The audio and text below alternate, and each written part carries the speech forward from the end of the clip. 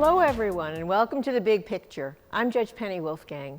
COVID numbers are climbing in Western New York, new restrictions are being imposed, and as we record this interview, we currently exist in a cautionary yellow zone with the hope that we don't go orange or red and risk more shutdowns like we experienced this spring.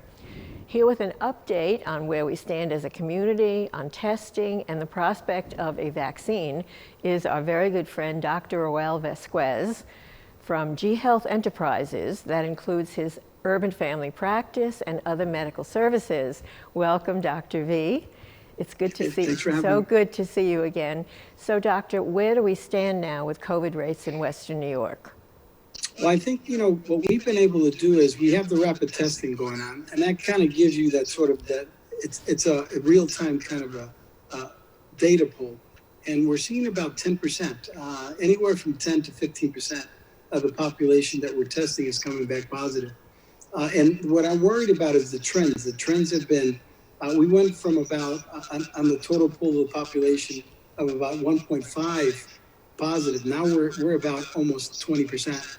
So the trend is not good. And what I see, I know we're yellow right now. We probably should be more like orange. And I see us probably getting into red in the next 2 weeks. Which means what? A lot of limitations in terms of what, yeah. And I think, during the holidays, I think it wouldn't be a bad idea to do that because I think, people get into the Thanksgiving mood and they forget that we still have a pandemic going on. And so they're breaking protocol. People are breaking protocol. And I think that's why we're seeing more of this incident now. Well, we haven't come to the holidays yet. So, I mean, this is beforehand that we're seeing it. Do you think we're seeing the higher numbers because there's more testing? No, not so much. I think the actual virus mutated. But, you're detecting it. The testing is always good. I mean, because it does tell you who has this and who doesn't. So I don't think it's the testing itself. It's not, especially us, we're not replicating, we're not like testing other people multiple times. We're really just testing people that are coming in with symptoms. What does that mean when you said it's replicating? Is the virus a different form? It's coming in a different form? It mutates. So we're probably seeing a different type of virus. And the weird thing is that, we've talked about this in other programs. It's resembling the Spanish flu in 1918, which came in 3 waves. The last wave was more aggressive within the younger groups. So it still affected young and old, but the 20 to 40-year-olds were affected more. And we're seeing that based on the data across the country. They used to, when they first talked about it, they kept talking about the Spanish flu and comparing it to that, but I haven't heard that recently. Now, we do have news at the time of our recording that there are not 1 but 2 vaccines on the horizon. What do you hear about them from Pfizer and Moderna, and what makes the 2 of them different, or are they different? They're basically similar in terms of how they were created, but it's a new type of technology for vaccines. In the old day, the old vaccines that we have, we actually would take the virus, break it up into pieces, and then create a vaccine around that. Other times we would actually take the virus and weaken it and create vaccines around it. This new one is using a component inside the virus, and it's using RNA, which is a piece of it, to kind of, we were able to fast track it to make it to work. So you're getting more of a antibody response to the pieces inside that virus as opposed to the piece of the virus itself. And I heard, I don't know if they're both the same, but one that you might have to have 2. You might have to two, and Correct. It has to be kept cold. I don't know, does that apply to both of them, or are they different that way? Well, right now, for Pfizer, it's a 2-shot per thing, and it's usually scheduled 30 days apart. So, that's going to be, in order to develop enough antibody response, I think we'll learn more about the virus, because what happened with the virus, so let's say we took 50 people and injected them with the real virus and 50 that were placebo.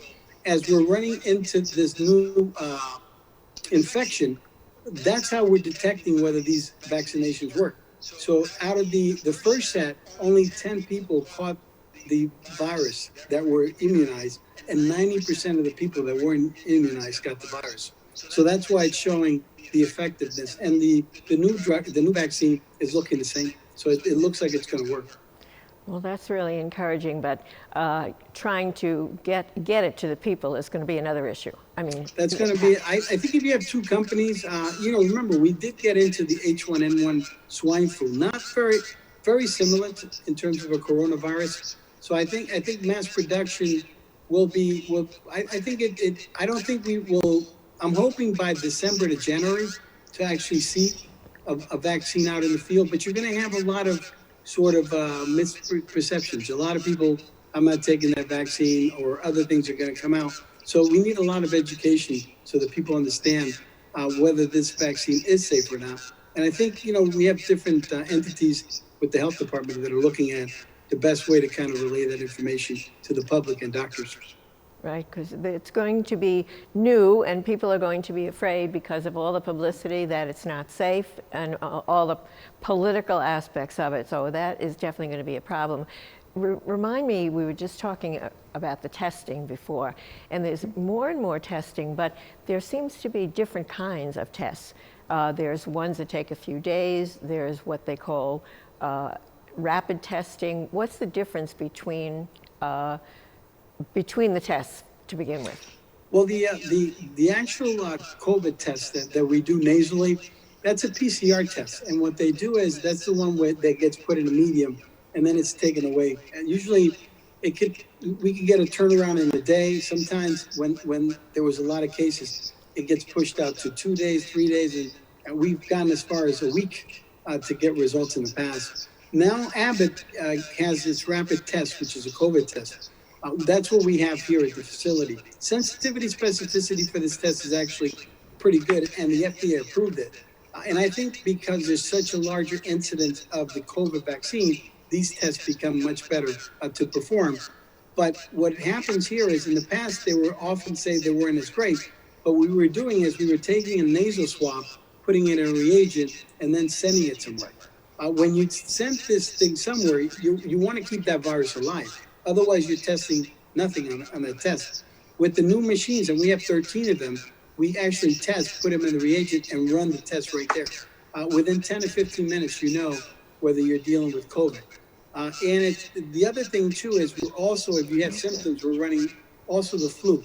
So we're running both tests, because if you have the flu, there's treatments for the flu. If you get COVID, we have other regimens to do, but if you get both of them, it's not a good thing because the chances of morbidity, mortality go up quite a bit. Everyone knows that they should get the flu vaccine no matter Absolutely. what, and we've been talking about that a lot. What about masks? Without getting political, do you think that there should be a national mandate to wear masks? Do they work? Are they important? How important are they?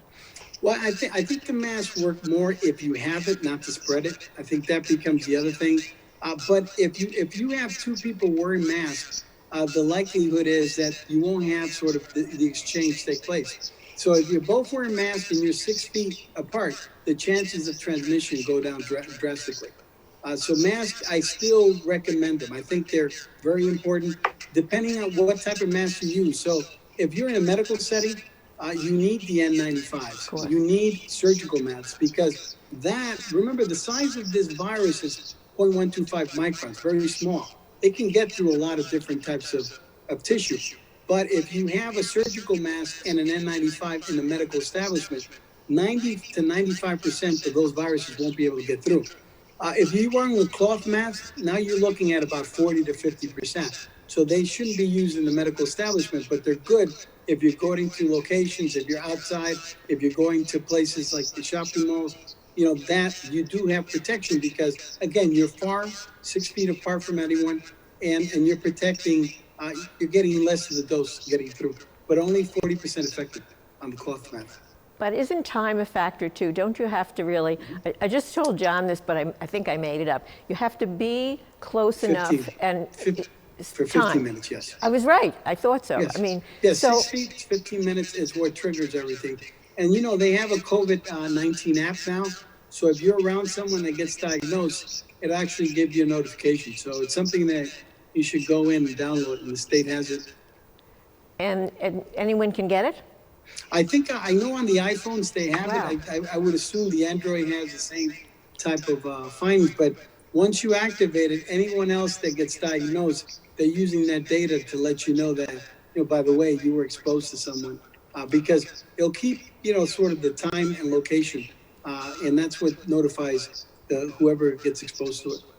That's really good to know, because there's so many issues about notifying people, about letting people know that you were in contact tracing, and how difficult. The contact tracing right now, as you know, the county is having issues because of the number of cases. I mean, it becomes real important to kind of, I think when you're doing this is why we find the rapid testing to be so important, because if you have symptoms and you come in rapid testing in 10, 15 minutes, we can tell you're positive. Now we trace people from there.